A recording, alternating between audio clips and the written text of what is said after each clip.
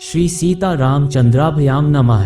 स्वागत है आप सभी का हिंदू ग्रंथावली ऑडियो बुक चैनल में।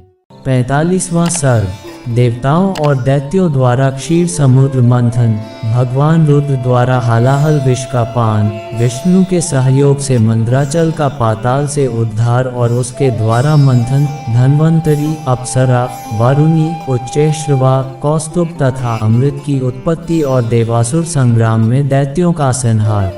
विश्वामित्र जी की बातें सुनकर लक्ष्मण सहित श्री रामचंद्र जी को बड़ा विस्मय हुआ। वे मुनि से इस प्रकार बोले, ब्राह्मण, आपने गंगा जी के स्वर्ग से उतरने और समुद्र के भरने की यह बड़ी उत्तम और अत्यंत अद्भुत कथा सुनाई।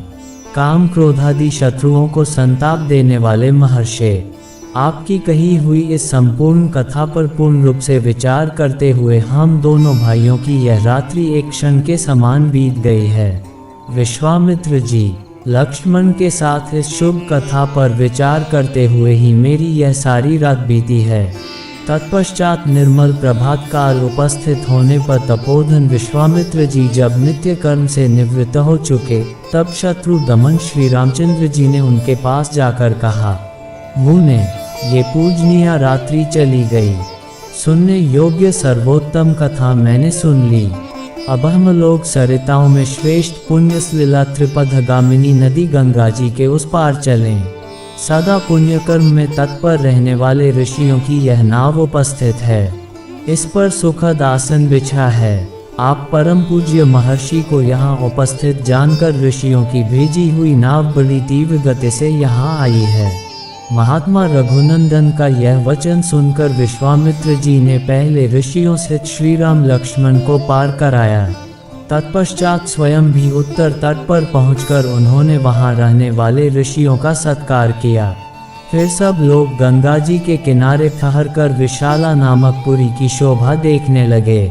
तदनंतर श्री राम लक्ष्मण को साथ ले मुनि व विश्वामित्र तुरंत उस दिव्य एवं रमणीय नगरी विशाला की ओर चल दिए, जो अपनी सुंदर शोभा से स्वर्ग के समान जान पड़ती थी। उस समय परम बुद्धिमान श्री राम ने हाथ जोड़कर उस उत्तम विशालापुरी के विषय में महामुनि विश्वामित्र से पूछा, महामुनि, आपका कल्याण हो। मैं ये सुनना चाहता हूँ कि विशाला में कौन सा राजवंश राज्य कर रहा है।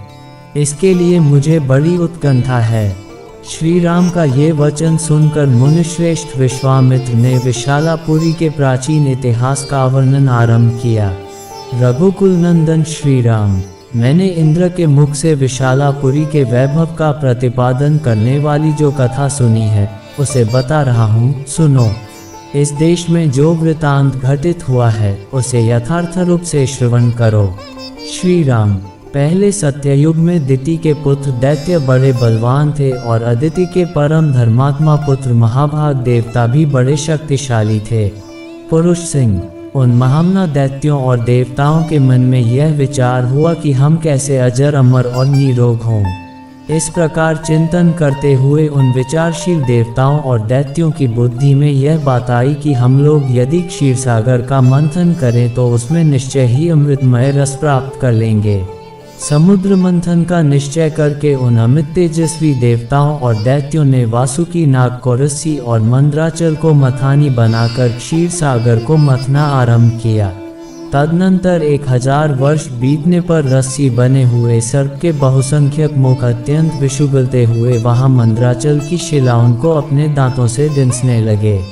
अतः उस समय वहां अग्नि के समान दाहक हालाहल नामक महाभयंकर विष ऊपर को उठा। उसने देवता, असुर और मनुष्यों सहित संपूर्ण जगत को दग्ध करना आरंभ किया। ये देख देवता लोग शरणार्थी होकर सबका कल्याण करने वाले महान देवता पशुपति रुद्र की शरण में गए और त्राही त्राही की पुकार लगाकर उनकी स्तुति करने लगे। देवताओं के इस प्रकार पुकारने पर देवदेवेश्वर भगवान शिव वहां प्रकट हुए। फिर वहीं शंख चक्रधारी भगवान श्रीहरि भी उपस्थित हो गए। श्रीहरि ने त्रिशूलधारी भगवान रुद्र से मुस्कुरा कर कहा, सुरश्रेष्ठ देवताओं के समुद्र मंथन करने पर जो वस्तु सबसे पहले प्राप्त हुई है, वह आपका भाग है, क्योंकि आप सब देवताओं में अग्रगण्य हैं। प्रभो, अग्नि पूजा के रूप में प्राप्त हुई है। इस विष को आप यहीं खड़े होकर ग्रहण करें। ऐसा कहकर देव शिरोमणि विष्णु वहीं अंतर्धान हो गए। देवताओं का भय देखकर और भगवान विष्णु की पूर्वोक्त बात सुनकर देवेश्वर भगवान रुद्र ने उस घोर हालाहल विष को अमृत के समान मानकर अपने कंठ में धारण कर लिया तथा देवताओं को विदा करके वे अपने स्थान को चले गए। रघुनंदन तत्पश्चात देवता और असुर सब मिलकर क्षीर सागर का मंथन करने लगे। उस समय मथानी बना हुआ उत्तम पर्वत मंदार पाताल में घुस गया। तब देवता और गंधर्व भगवान मधुसूदन की स्तुति करने लगे। महाबाहो, आप ही संपूर्ण प्राणियों की गति हैं, विशेषतः देवताओं के अवलंबन तो आप ही हैं। आप हमारी रक्षा करें और इस पर्वत को उठावें। ये सुनकर भगवान ऋषिकेश ने कच्छप का रूप धारण कर लिया और उस पर्वत को अपनी पीठ पर रखकर वे श्रीहरि वहीं समुद्र के भीतर सो गए। फिर विश्वात्मा पुरुषोत्तम भगवान केशव उस पर्वत शिखर को हाथ से पकड़कर देवताओं के बीच में खड़े हो स्वयं भी समुद्र का मंथन करने लगे। तदनंतर 1000 वर्ष बीतने पर उस क्षीर सागर से एक आयुर्वेद में धर्मात्मा पुरुष प्रकट हुए, जिनके एक हाथ में दंड और दूसरे में कमंडलू था। उनका नाम धन्वंतरी था। उनके प्राकट्य के बाद सागर से सुंदर कांति वाली बहुत सी अप्सराएं प्रकट हुई। नरश्रेष्ठ, मंथन करने से ही अब जल में उसके रस से वे सुंदरी स्त्रियां उत्पन्न हुई थीं, इसलिए अप्सरा कहलाईं।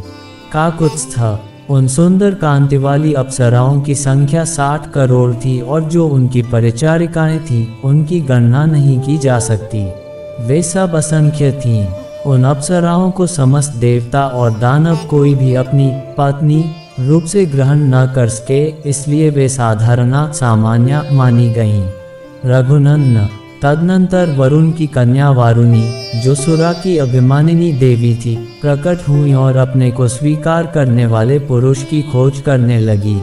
वीर श्री राम, दैत्यों ने उस वरुण कन्या सुरा को नहीं ग्रहण किया, परंतु अदिति के पुत्रों ने इस निन्य सुंदरी को ग्रहण कर लिया।